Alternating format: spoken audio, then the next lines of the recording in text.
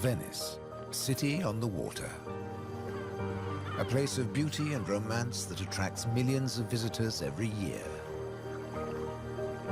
Just a few steps from the well-trodden tourist routes, there's a very different Venice, one populated by fascinating creatures.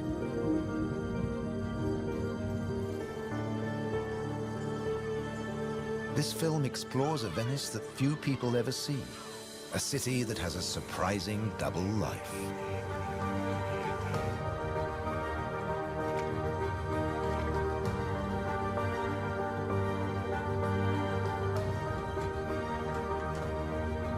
There are secret places and wild creatures in this watery world that most outsiders never discover. In the skies above, on the beaches, and in the canals are the true Venetians that live in every hidden corner of the city and the lagoon. Wild Venice is their home.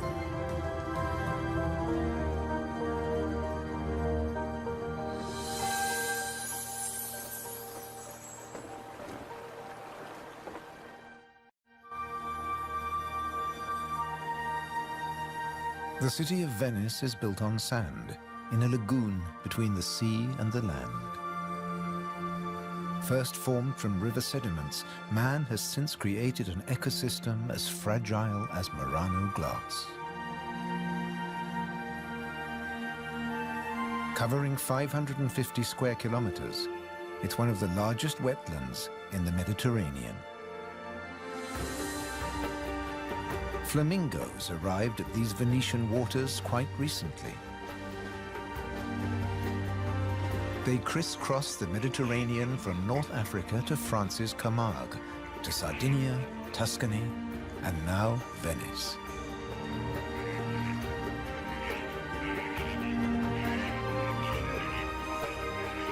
They feed on vegetable matter and small creatures they find in the mud of the lagoon.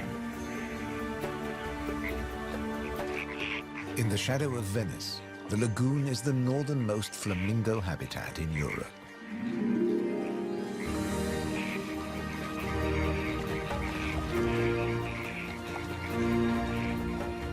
They're here now, but in a few weeks, many will move off again to find richer pickings.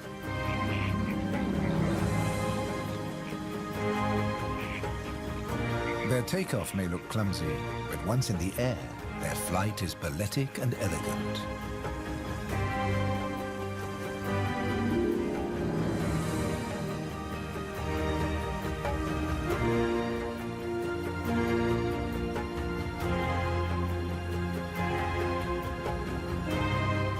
And before too long, they'll return to the safety of this lagoon, tucked between the sea, the city, and the Alps.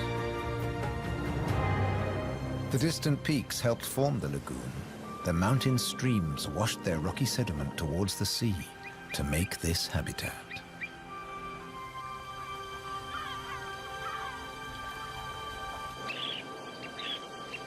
Some of the lagoon's other birds are ready to leave. Dunlin, small waders, fed well in the rich mud. They rest on the wooden piles that support the whole of Venice.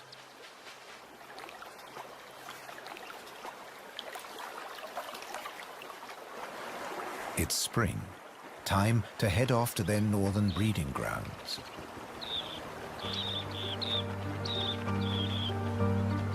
But the cormorants won't be lonely this summer. As the Dunlin fly away, other birds are flocking in. A bird's eye view reveals the full beauty of the lagoon. A labyrinth of uninhabited islands, intertwined canals, and swampy sandbanks.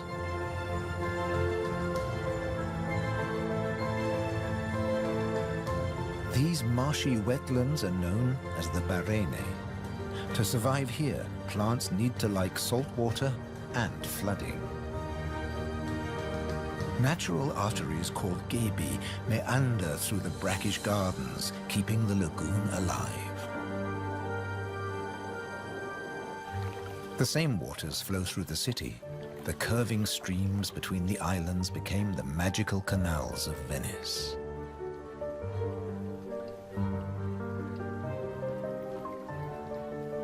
This is the city of bridges.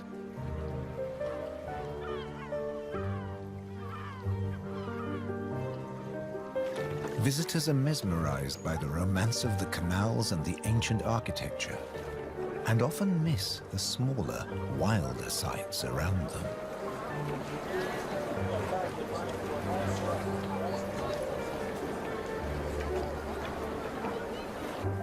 These mussels are true Venetian natives.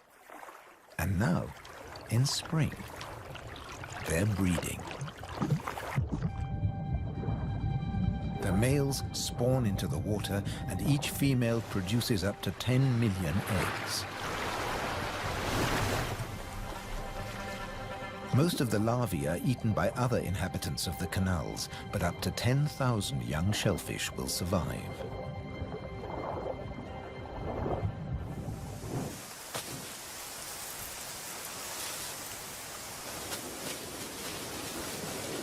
Just beyond the city, colonies of birds are breeding too. But a hazard of urban nesting is constant disturbance.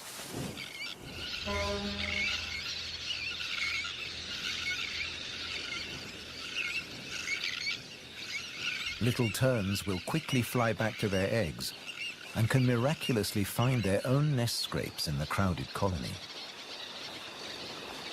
Their cousins, the sandwich terns, lay their eggs directly onto the sand. If the terns are disturbed, they have little time for incubating their eggs. The sand won't keep them warm for long.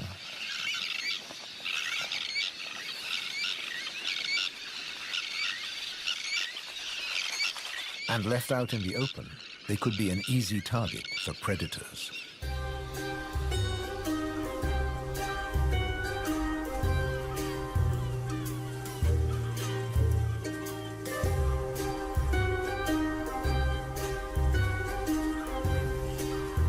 Foxes are the biggest predators hereabouts.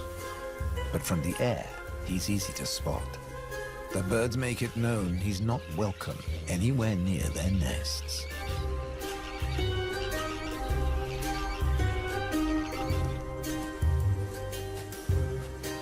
Foxes would rather not get their feet wet. Hunting in these swampy areas is a frustrating business.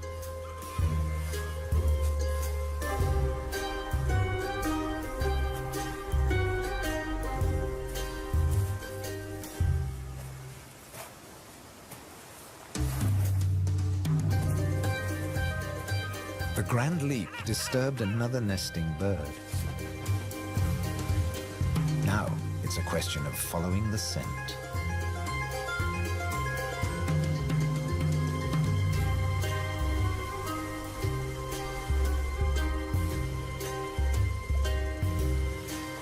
A welcome snack.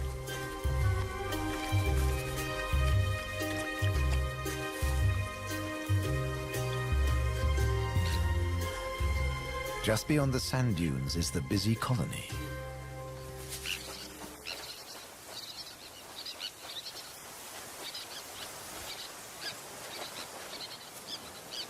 In this mixed neighborhood, a pied avocet is brooding next to the sandwich terns.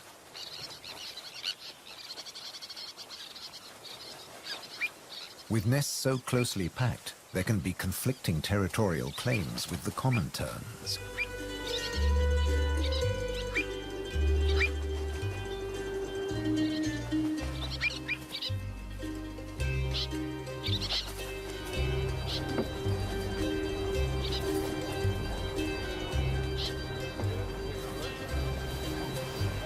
But the avocet stands his ground.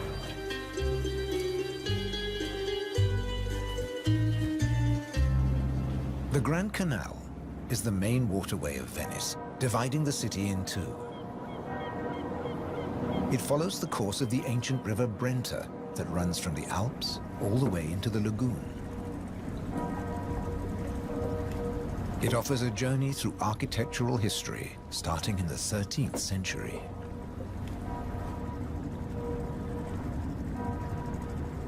The banks of the Grand Canal have other surprises to offer, like Palazzo Malipiero's Rose Garden.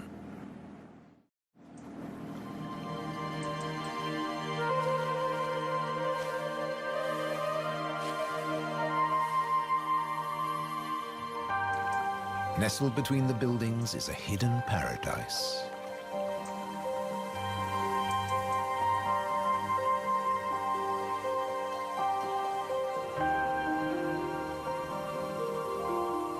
Now owned by a modern-day countess, it has been restored to its full glory, and no detail has been left to chance.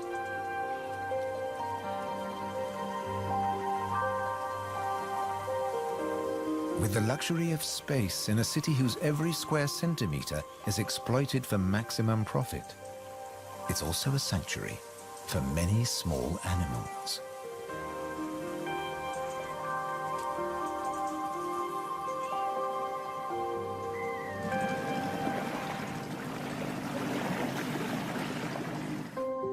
Every day, more than 50,000 tourists visit Venice. When the sun begins to set, the city's waterways empty. Venice belongs to the wild Venetians.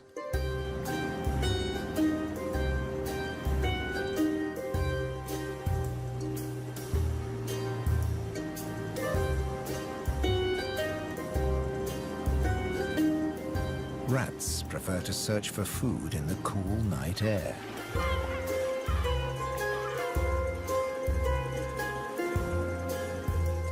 But they're not alone.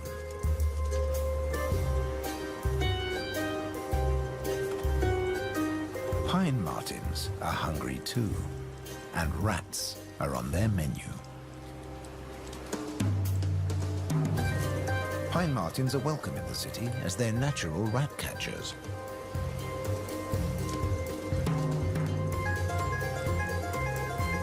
Agile with a keen sense of smell, they can find and follow any rat.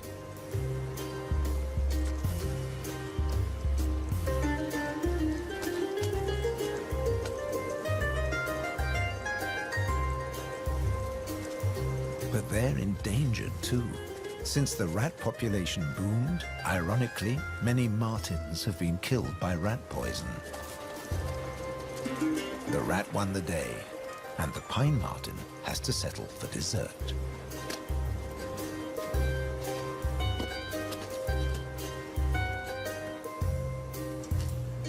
Not such a sacrifice, as pine martins are omnivores. Both meat and veg are on their menu. And sometimes the vegetarian meal is an easier option.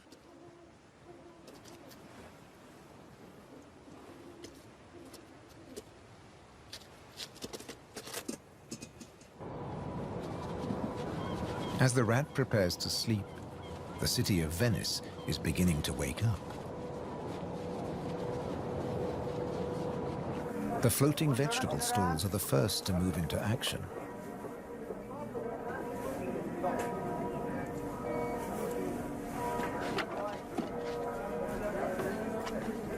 Soon these silent waterways will become busy highways again. In the 18th century, over 8,000 gondolas navigated the Venice canals. Now there are only about 400 left. Life in Venice may be moving with the times. But one thing never changes. It dictates the daily rhythms of the city and the lagoon. Twice a day, the tide rises and falls as seawater washes in and out of the lagoon.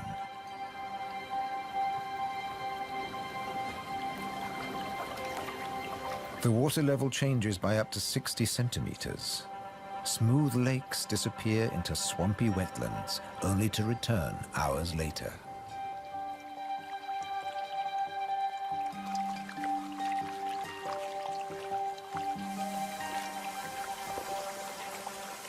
Retreating water levels reveal a surprise. Strange islands that look like complicated water mazes. In fact, they're fisheries at the edge of the lagoon. known as the Valle da Pesca.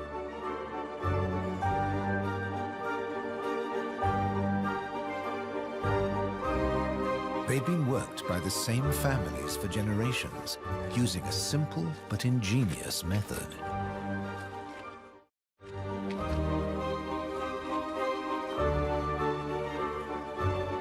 Nets are lowered into the locks that span the water channels.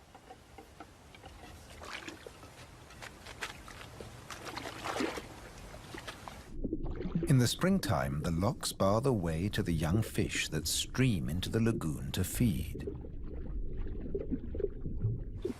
The fishermen raise the nets and catch the small swarming fish in their thousands.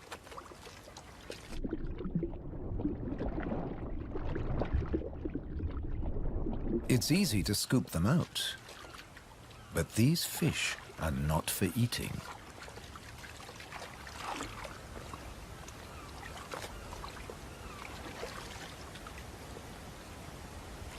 The fishermen place them on the other side of the bars and so trap them in the channels.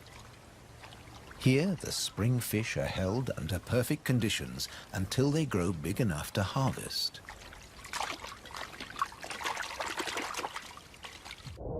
In the autumn, when the fish try to return to the sea, they're simply netted again. This time, they don't get away. Kingfishers have a more dramatic technique.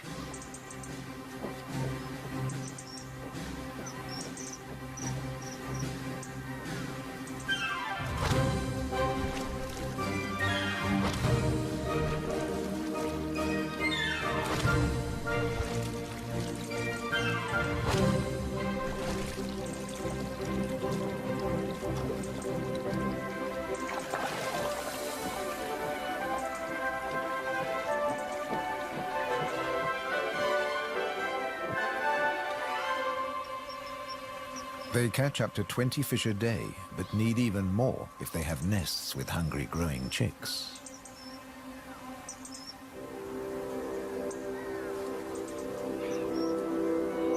It takes enormous skill, but also violence. A sharp blow to the head stuns the fish. And when it stops wiggling, the kingfisher can turn it round without fear of it escaping.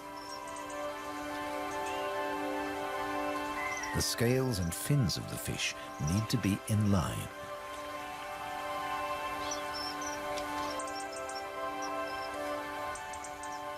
Now it's ready to swallow.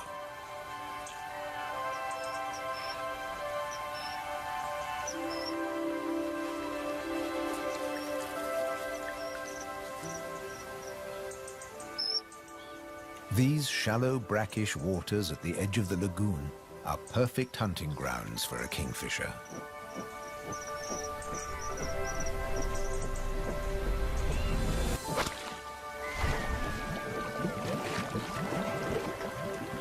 But not every dive is successful. They'll snatch the odd insect in the air, but 95% of the kingfisher's catch must be made underwater. The cormorant has an easier life, as does the little egret. And some don't even get their feathers wet while hunting. There are plenty of fish in the lagoon, but they're not only found in the wetlands. These waters flow through the city too. And there are fish to be caught in the canals. Beneath the bustling jetties of the famous vaporettos or water taxis, wildlife flourishes. Even here, the little egret can fish where the water is deeper and turbulent. It's not easy to keep an eye on a moving target from a moving base.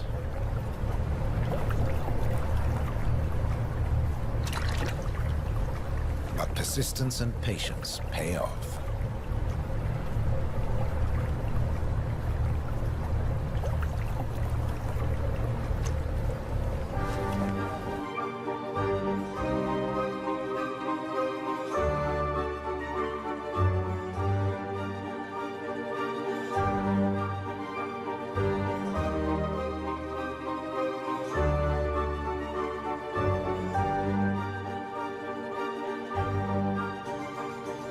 3 narrow inlets connect the lagoon to the sea.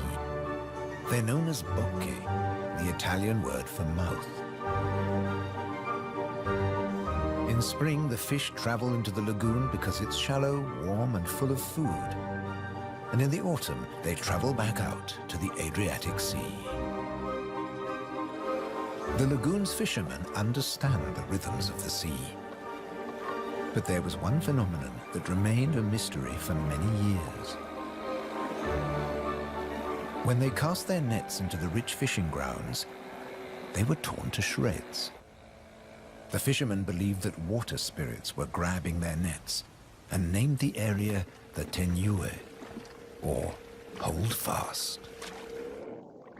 The Hold Fast was in fact a jagged reef, an unexpected and magical aquatic paradise.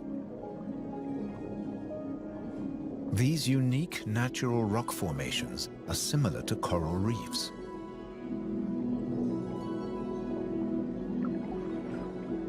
They're home to all kinds of remarkable creatures. Serpent stars, or marine annelids.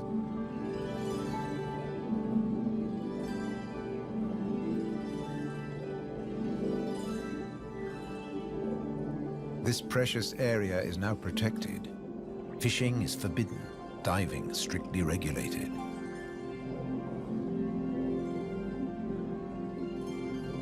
Even harvesting a shellfish delicacy like these canestrelli is banned.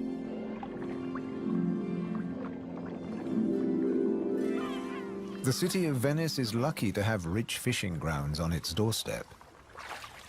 The catch is seasonal, and in spring the fish are small.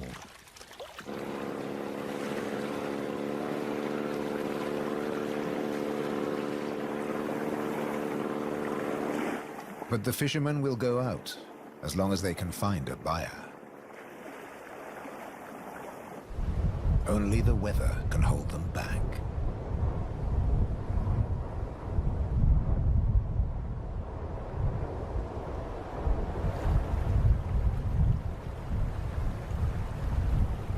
City and wetlands are both at the mercy of the elements. A storm is heading towards the lagoon. When rain-bearing clouds build up against the southern face of the Alps, and when warm southerly winds whip up the sea, water is driven into the lagoon, flooding the city and engulfing the swampland. This extreme high tide is known as aqua alta and can be disastrous for ground-nesting birds. Thankfully, it's rare in the springtime. It strikes more often in the autumn. Storms can vanish as fast as they arrive, and the limpid sunlight that Venice is so famous for bathes the city again.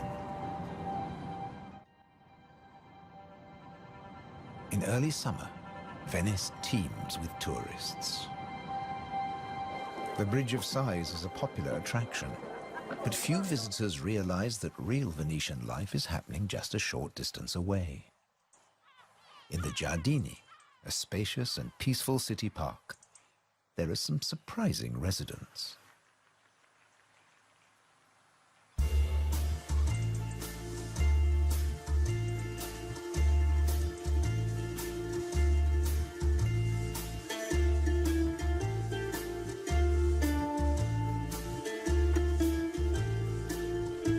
This prehistoric-looking creature is an amorous green toad looking for a mate. After all, this is the city of romance. But for a toad, finding a partner in a city isn't always easy. Even a quiet park is full of danger and disruption.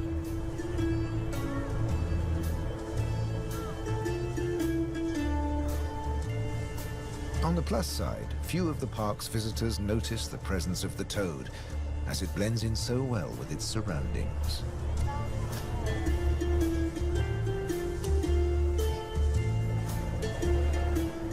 Another of the city's visitors is far more conspicuous. A stark contrast to the ancient buildings it comes to celebrate.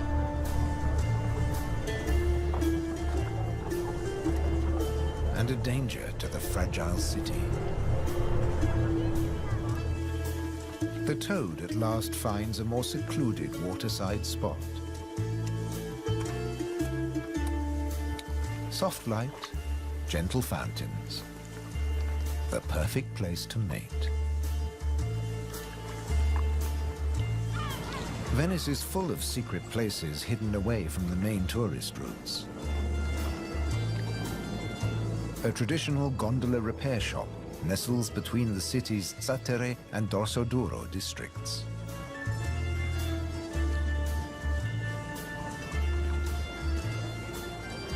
Craftsmen repair the boats in the peace of the backwaters. The tranquility also attracts some exotic-looking animals.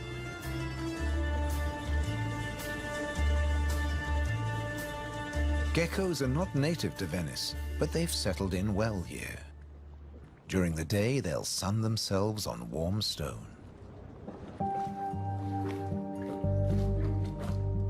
They're waiting for nightfall, when the insects they eat will emerge. And in the golden light, birds that hunt geckos settle in for the night. Terns fly back to the safety of the colony, and others enjoy a final bath. Evening always brings a measure of peace to the city.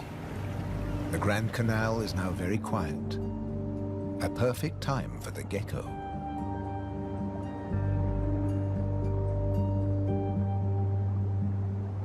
Geckos have evolved specially adapted feet that make them excellent climbers. Their toes are covered in millions of tiny branched flaps with incredible adhesive power, so they can grip and climb the smoothest surfaces, even glass. The city is empty now. The Grand Canal is deserted.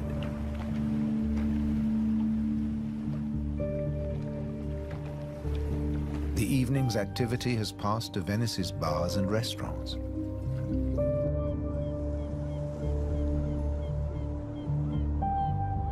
By the time the tourists are safely tucked up in their beds, the city is like a ghost town. Almost. A rat has ventured out to make the most of any scraps left behind. He must take care not to become a meal himself. Owls on the prowl. One little owl is distracted by bright lights. There's nothing here but fruit. No good for the owl.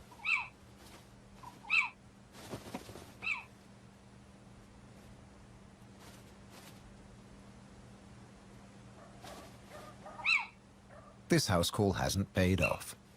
Time to make a swift exit. The lucky rat will make it home tonight.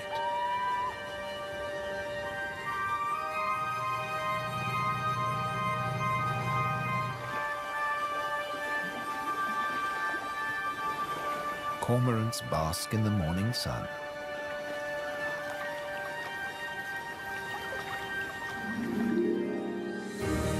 The terns start fishing early. The colony is now a hive of activity.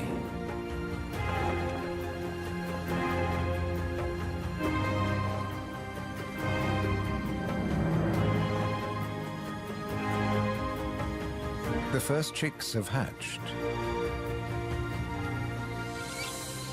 Exhausted from the effort of breaking out of the egg.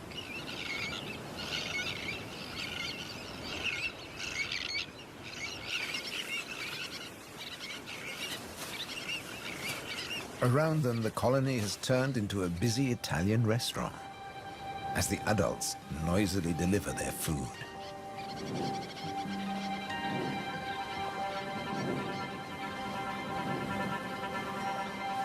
The chicks blend in well with the sand. Their cries for food are a new and insistent sound on the beach.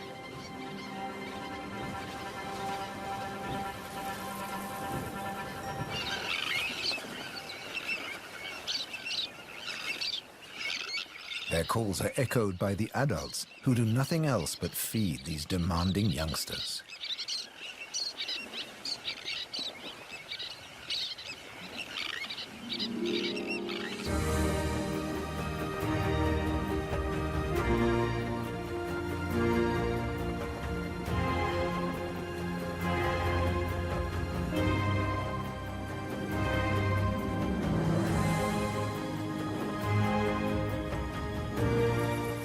It's hot and humid, and the lagoon is at its most beautiful.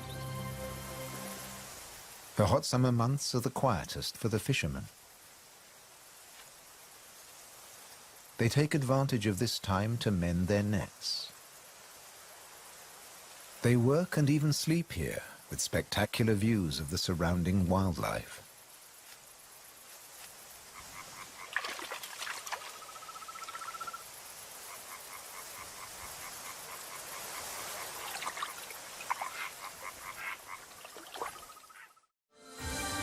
About 8% of the lagoon's surface consists of islands. 20,000 people once lived on Torcello. Now only the cathedral tower remains. Burano is known for its colorful buildings. San Francesco del Deserto is home to a Franciscan monastery. The island of Madonna del Monte is being swallowed by the lagoon, but the ruins of its monastery still stand proud.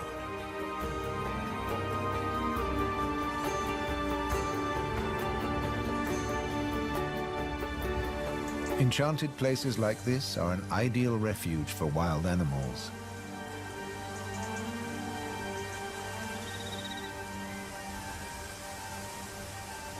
And the island's ancient monastery has some new inhabitants. The ruins are the perfect place for kestrels to nest.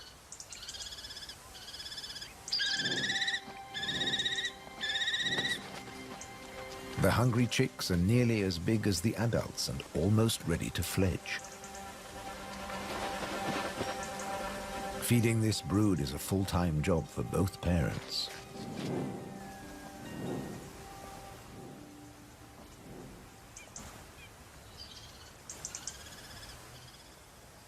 Finally, curiosity gets the better of the young birds and they start to emerge from their hiding place.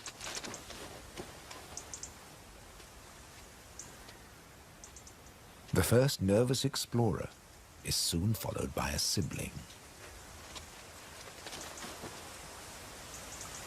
They wait cautiously on a ledge, while one of the adults watches from afar.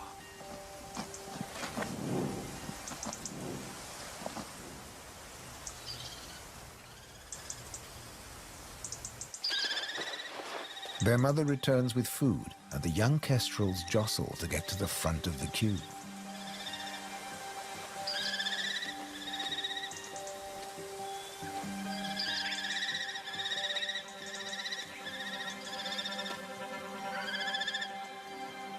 The keenest and the loudest chick is fed first.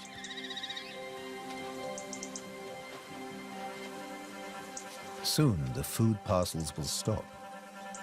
It's almost time for the young to leave the nest and fend for themselves.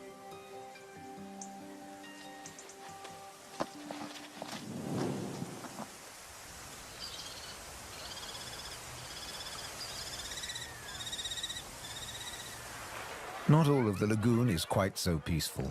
Venice's Lido, with its luxury hotels, is where the human bathers gather.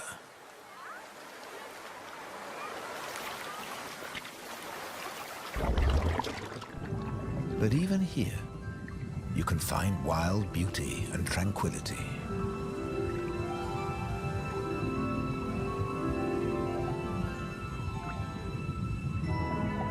In the Tenue, Venice's reef, one of nature's most delightful performances is in full swing.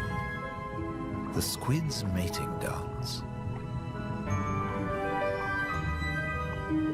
The pair move together like synchronized swimmers as waves of rainbow colors pulse along their bodies.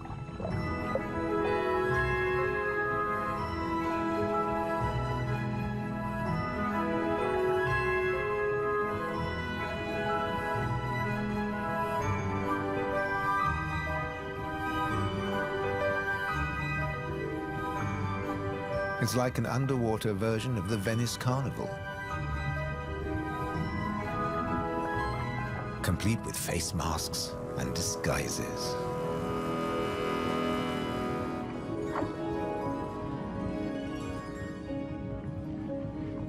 Decorator crabs change their shape by attaching sponges and algae to their bodies.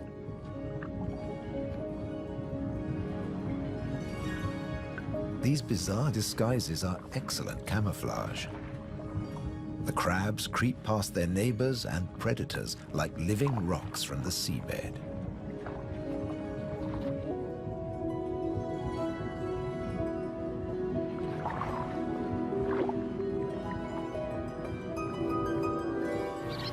The tern colony just beyond the city is flourishing. The chicks have fed well and are strong and healthy.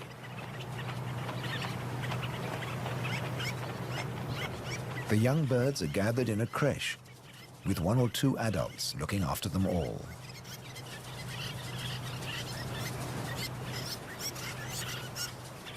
Today's lesson is elementary flight, but the teacher's demonstration is over in a flash.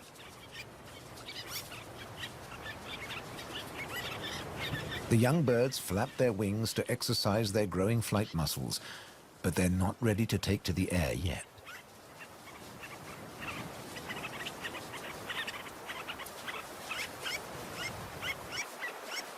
Before long, they'll be flying as well as their parents. The young kestrels are also preparing for takeoff. They bravely take the plunge and launch themselves into the air.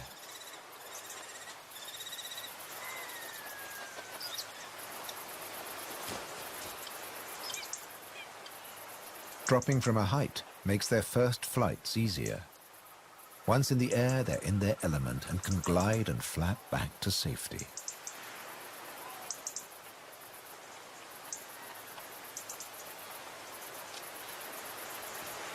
These first flights mark the end of their parental care. Now they have to find their own territory.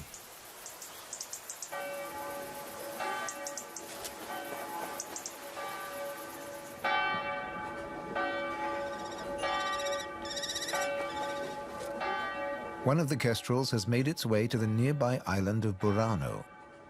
It's unlike the remote nest site, but it still has everything the kestrel needs. Just like the ruins, the brightly colored walls offer protection. These birds are welcome visitors, and the people here seem happy to have a kestrel watching over them.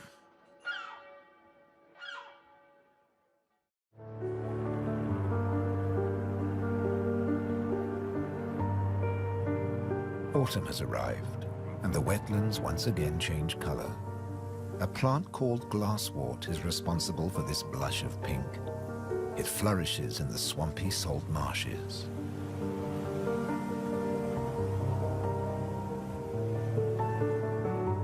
The first autumn mists mark the end of summer.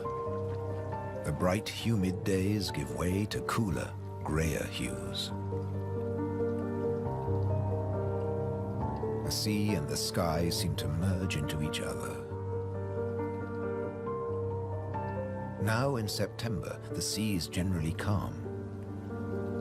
But from the autumn equinox, there are high tides. And sometimes, Venice floods. For now, the water is still and shimmers like liquid mercury. When the temperature drops, the beaches are finally too cold for tourists. Animals better equipped to bear the chill reclaim them.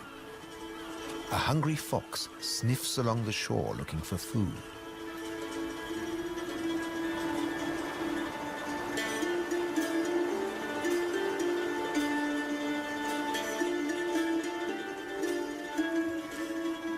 The fox has an excellent sense of smell and can see well in the twilight. It has picked up a strange scent. Something smells good to eat. But quite where this food is hidden is a mystery.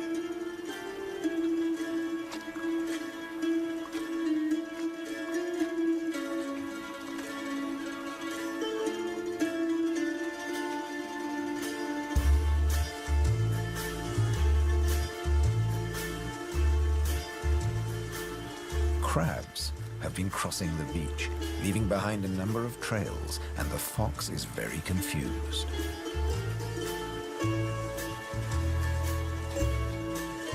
Finally, it follows its nose and comes face to face with a crab.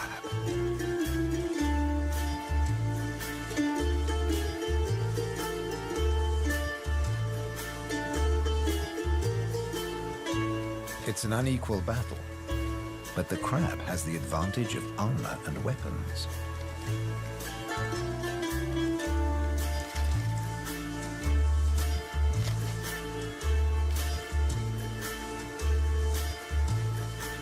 This meal is more trouble than it's worth.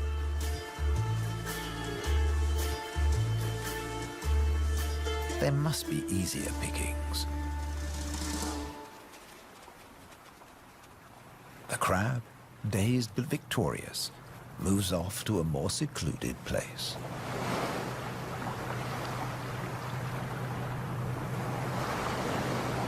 More crabs congregate on the shoreline looking out to sea. But just across the water, the residents of Venice are having a less comfortable time. The waters of the lagoon are creeping into the city.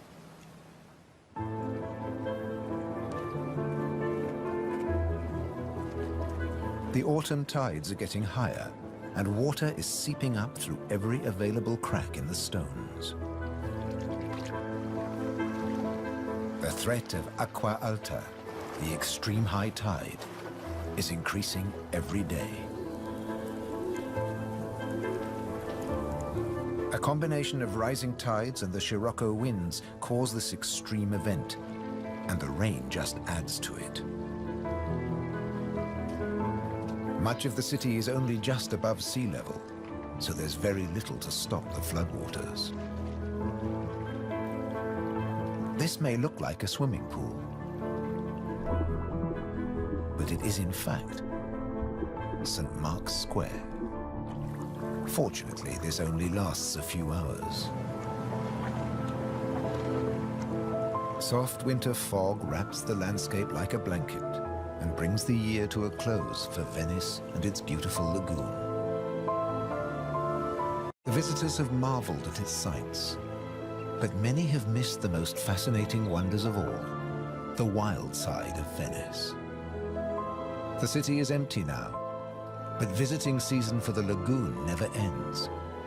As one creature leaves, another takes its place.